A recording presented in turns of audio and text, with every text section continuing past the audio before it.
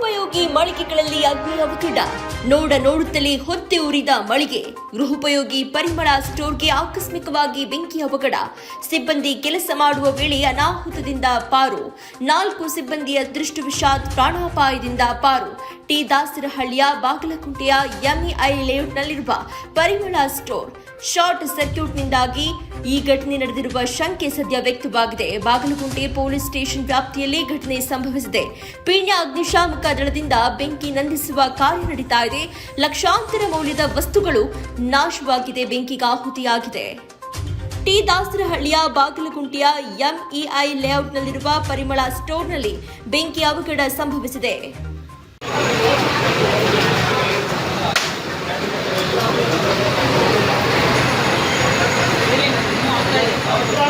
Ceiling mostly ಅಲ್ಲೇ ಅನ್ಸುತ್ತೆ ಇದಾಗಿರೋದು.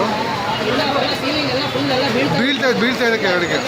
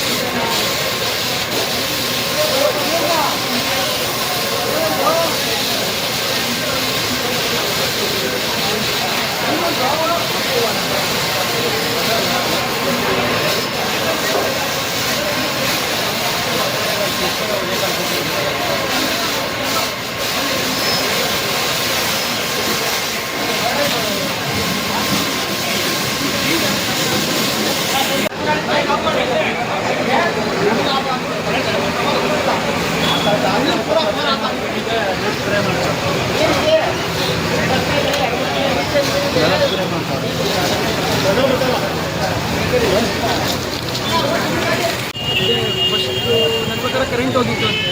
ಅದಾದ್ಮೇಲೆ ಕರೆಂಟ್ ಬಂದಿರೋದ್ರಿಂದ ಅದನ್ನು ಪಕ್ಕದಲ್ಲಿ ತಿನ್ನೋಪತ್ತೆಲ್ಲ ಇಟ್ಟಿದ್ವಿ. ಆ ಕಡೆಯಿಂದ ಅಂಟ್ಕೊಂಡಿದೆ. ಅದು ಅಂಟ್ಕೊಂಡು ಈ ಕಡೆ ಇದೆಲ್ಲ ಲ್ಯಾಮಿನೇಟ್ ಶೀಟ್ಗಳೆಲ್ಲ ಜಾಸ್ತಿ ಆಗಿ ಆಮೇಲೆ ಆಲ್ಮೋಸ್ಟ್ ನನ್ನ ಪ್ರಕಾರ 7 ಗಂಟೆ ಅದು ಆಗಿರೋದು. ಫೈರ್ ಎಕ್ಸ್ಟಿಂಕ್ಷನ್ ಬರೋಕ್ಕೆ ಒಂದು 1.5 ಅವರ್ ಆಯಿತು. ನಾವು ಆ್ಯಕ್ಚುಲಿ ಕಾಲ್ ಹೋಗ್ತಾ ಇರಲಿಲ್ಲ. ಬಂದು ಅರ್ಧ ಅವರ್ ನಮ್ಗೆ ಗೊತ್ತಾಗಿ ಅರ್ಧ ಅವರ್ಗೆ ಫೈರ್ ಎಕ್ಸ್ಟಿಂಕ್ಷನ್ ಬಂದು ಎಲ್ಲ ಮಾಡಿ ಕ್ಲಿಯರು. ಇವಾಗೆಲ್ಲ ಕ್ಲಿಯರ್ ಆಗಿದೆ. ಆಲ್ಮೋಸ್ಟ್ ಐಟಮ್ ಅಂದರೆ ಏನು ಮೇಲೆ ಇದ್ದಿದ್ದೇನೋ ಆಲ್ಮೋಸ್ಟ್ ಉಳಿದಿಲ್ಲ. ಅದು ಯೂಸು ಬರಲ್ಲ.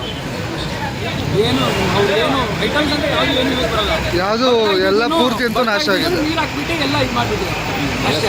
ಏನೇನು ಮಿಕ್ಕಿತ್ತು ಅದನ್ನ ಕೆಳಗಡೆ ಗೋಡೌನಲ್ಲಿ ತೊಗೊಂಬಂದು ಹಾಕಿದ್ದೀವಿ. ಮೇನ್ ರೀಸನ್ನು ಓವರ್ಲೋಡ್ ಆಗಿದೆಯಾ, ಶಾರ್ಟ್ ಸರ್ಕ್ಯೂಟ್ ಆಗಿ ಅದು ಪಕ್ಕದಲ್ಲೇ ಏನೋ ಇವತ್ತು ಡಿನ್ನರ್ ಬಾಟ್ಲ್ ಏನೋ ಇಟ್ಟಿರ್ತೀವಿ, ಅದರಿಂದ ಆಗಿದೆ. ಪರಿಮಳ ಹೋಮ್ ಸೊಲ್ಯೂಷನ್ನು ನಂಬರ್ 328 66 ರೋಡು 7.3ಗೆ ಹೊಗೆ ಬರ್ತಿತ್ತು. ಅದಕ್ಕೆ ನಮ್ಮನ್ನು ನಾವು ಸ್ಟಾಫ್ ಅವ್ರಿಗೆ ಇನ್ಫಾರ್ಮ್ ಮಾಡಿದ್ದು. ಆಮೇಲೆ ಫೈರ್ ಅವ್ರಿಗೆ ಇನ್ಫಾರ್ಮ್ ಮಾಡಿದ್ರು, ಬಂದಿದ್ರು ಅವರು. ಈಗ ಕಂಟ್ರೋಲಲ್ಲಿ ಆಗಿದೆ. ಇದು ಸಮಯ ಎಷ್ಟಾಗಿರ್ಬೋದು ಸರ್ ಕರೆಕ್ಟಾಗಿ? 7 ಗಂಟೆ 3 ನಿಮಿಷ ಆಗಿತ್ತು ಎಕ್ಸಾಕ್ಟ್. ನಾನು ಫೋನ್ ಮಾಡಬೇಕಾದ್ರೆ ಇದು ಸುಮಾರು ಈಗ ಎಷ್ಟು ಅಂದಾಜು ಎಷ್ಟು ಲಾಸ್ ಆಗಿರ್ಬೋದು ಹೇಳೋಕ್ಕಾಗಲ್ಲ. ಇವಾಗ ಬಂದು ನಿರೀಕ್ಷಣೆ ಮಾಡಿದ್ರೆ ಗೊತ್ತಾಗ್ಬೋದು. ಕಾರಣ ಏನಂತ ಏನಾದರೂ ಗೊತ್ತಾಯ್ತಾ? ಮೇ ಬಿ ಶಾರ್ಟ್ ಸರ್ಕ್ಯೂಟ್ ಇರ್ಬೋದು.